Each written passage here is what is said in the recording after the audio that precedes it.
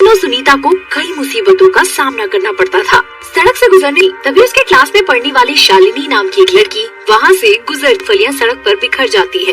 अरे शालिनी, ये तुमने क्या कर दिया? तुम्हारा यहाँ मुझे दिखाई मत देना, वरना मैं तेरी टोकरी के साथ साथ तुझे भी नहीं हुई। आज किसी भी हालत में मुझे स्कूल की फीस भरनी है, वरना प्रिंसिपल से जमा कर सकूं। सुनीता ये सब सोच रही थी कि तभी अचानक एक कहाँ जा रहा है? अरे कोई इस बंदर को पकड़ो।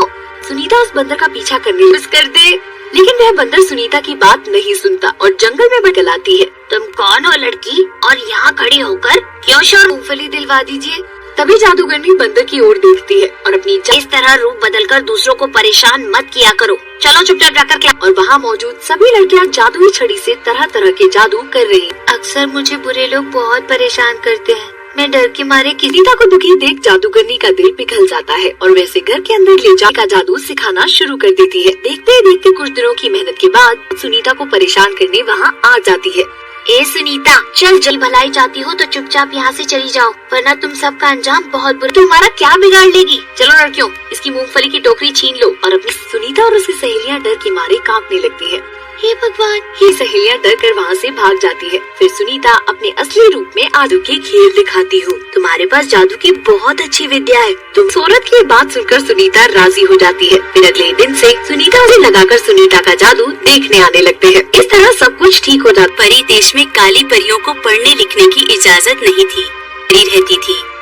सुमन को पढ़ने लिखने का बहुत शौक था। मैं जाकर एडमिशन ले लूं और वहीं अपनी पढ़ाई करूं के साथ भेदभाव करने लगती है। अरे ये कहती है, इसकी सड़ी हुई शक्ल देखकर लगता है परी का नहीं पढ़ सकती, क्योंकि तू हमारी बराबरी की नहीं है, पढ़ाई से मतलब है।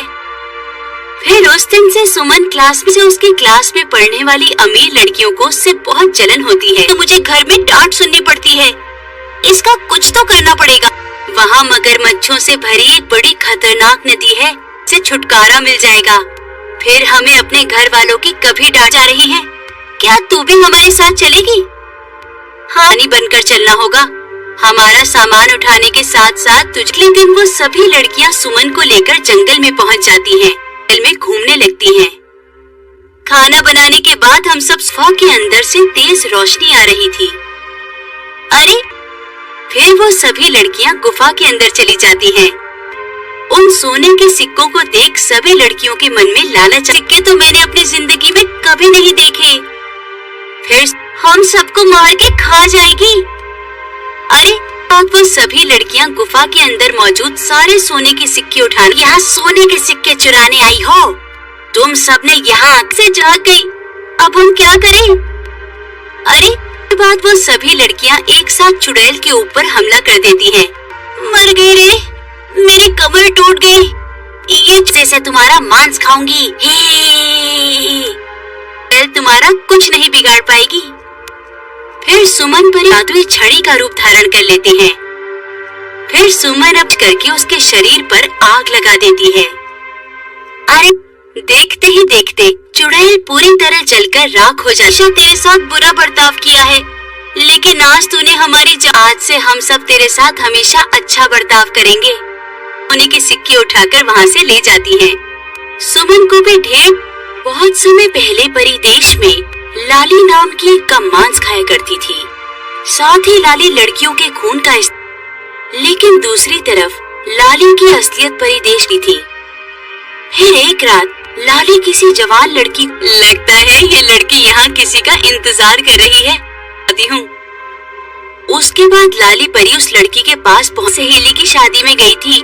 वापस आते समय मुझे देर हो गई, मैं तुम्हें हवा में उड़ाकर तुम्हारे घर पहुंचा देती हूँ। वे परिदेश की ओर ले जाने लगती है। अरे ये किडनैप करके ले जा रही हूँ, आज रात मैं तुझे मार।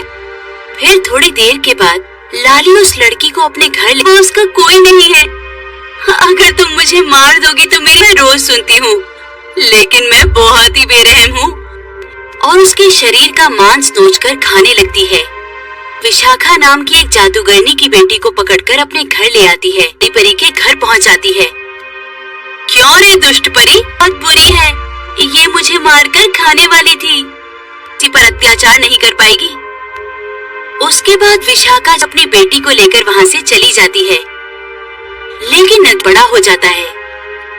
अरे उस जादूगरनी बदसूरत भी हो गई हूँ। तभी लाली परी को बहुत तरह जल जाता है। अरे ये सब कहीं के बढ़ते हुए शरीर की बात पूरे परिदेश में फैल जाती है। लाली परी से मिलने आती है। रानी परी अपने जादुई को जिंदगी में कई मासूम लड़कियों को मारकर खाया है, इसीलिए फिर सिपाही परी लाली परी को हमेशा के लिए, साथ ही वो खाने को हाथ लगाती तो सारा खाना जल जाता था। में लेटी हुई थी, तभी अचानक वहाँ बहुत सारे कौवे आ जाते हैं। अचानक इतने सारे कौवे कहाँ से आ गए?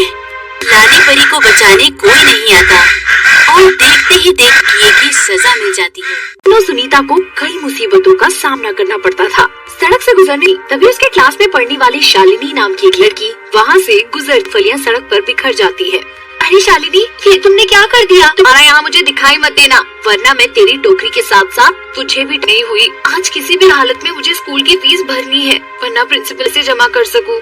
सुनीता ये सब सोच रही थी कि तभी अचानक एक कहाँ जा रहा है? अरे कोई इस बंदर को पकड़ो। सुनीता उस बंदर का पीछा करने की कर दे, लेकिन वह बंदर सुनीता की बात नहीं सुनता और जंगल में भटक आती है। तुम कौन हो लड़की, और यहाँ खड़ी होकर क्यों शोर? मूंगफली दिलवा दीजिए। तभी जादूगरनी बंदर की ओर देखती है और अपनी इस तरह रूप बदलकर दूसरों को परेशान मत किया करो, चलो चुपचाप जाकर क्या। और वहाँ मौजूद सभी लड़कियाँ जादुई छड़ी से तरह तरह के जादू कर रही। अक्सर मुझे बुरे लोग बहुत परेशान करते हैं, मैं डर के मारे। सुनीता को दुखी देख जादूगरनी का दिल पिघल जाता है और वैसे घर के अंदर ले जाकर जादू सिखाना शुरू कर देती है। देखते ही देखते कुछ दिनों की मेहनत के बाद सुनीता को परेशान करने वहाँ आ जाती है। ए सुनीता, चल जल भलाई चाहती हो तो चुपचाप यहाँ से चली जाओ, वरना तुम सबका अंजाम बहुत बुरा। तुम्हारा क्या बिगाड़ लेगी? चलो लड़कियों, इसकी मूंगफली की टोकरी छीन लो। और अपनी सुनीता और उसकी सहेलियाँ डर के मारे कांपने लगती है। हे भगवान, ये सहेलियाँ डर कर वहाँ से भाग जाती है। फिर सुनीता अपने असली रूप में जादू के खेल दिखाती हूँ। तुम्हारे पास जादू की बहुत अच्छी विद्या है। तुम सूरत की बात सुनकर सुनीता राजी हो जाती है। फिर अगले दिन से सुनीता उसे लगाकर सुनीता का जादू देखने आने लगते हैं। इस तरह सब कुछ ठीक हो जाता। परी देश में काली परियों को पढ़ने लिखने की इजाजत नहीं थी, रहती थी। सुमन को पढ़ने लिखने का बहुत शौक था। मैं जाकर एडमिशन ले लूं और वहीं अपनी पढ़ाई करूं के साथ भेदभाव करने लगती है।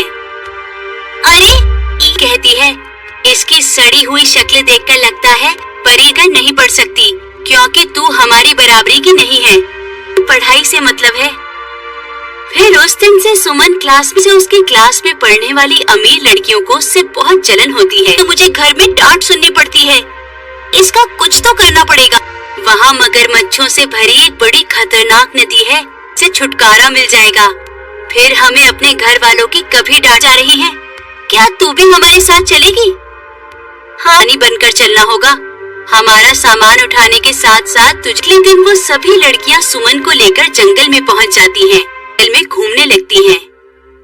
खाना बनाने के बाद हम सब गुफा के अंदर से तेज रोशनी आ रही थी। अरे फिर वो सभी लड़कियां गुफा के अंदर चली जाती हैं। उन सोने के सिक्कों को देख सभी लड़कियों के मन में लालच। सिक्के तो मैंने अपनी जिंदगी में कभी नहीं देखे। फिर हम सबको मार के खा जाएगी। अरे वो सभी लड़कियां गुफा के अंदर मौजूद सारे सोने के सिक्के उठाने, यहाँ सोने के सिक्के चुराने आई हो? तुम सबने यहाँ से जाग गई, अब हम क्या करें? अरे बाद वो सभी लड़कियां एक साथ चुड़ैल के ऊपर हमला कर देती हैं। मर गई रे, मेरी कमर टूट गई, ये जैसे तुम्हारा मांस खाऊंगी। तुम्हारा कुछ नहीं बिगाड़ पाएगी। फिर सुमन पर जादुई छड़ी का रूप धारण कर लेती है। फिर सुमन अब करके उसके शरीर पर आग लगा देती है। अरे देखते ही देखते चुड़ैल पूरी तरह जलकर राख हो जाती। तेरे साथ बुरा बर्ताव किया है, लेकिन आज तूने हमारी आज से हम सब तेरे साथ हमेशा अच्छा बर्ताव करेंगे। सोने के सिक्के उठाकर वहाँ से ले जाती है। सुमन को भी ढेर बहुत समय पहले परिदेश में लाली नाम की एक कम मांस खाया करती थी। साथ ही लाली लड़कियों के खून का लेकिन दूसरी तरफ लाली की असलियत परिदेश की थी।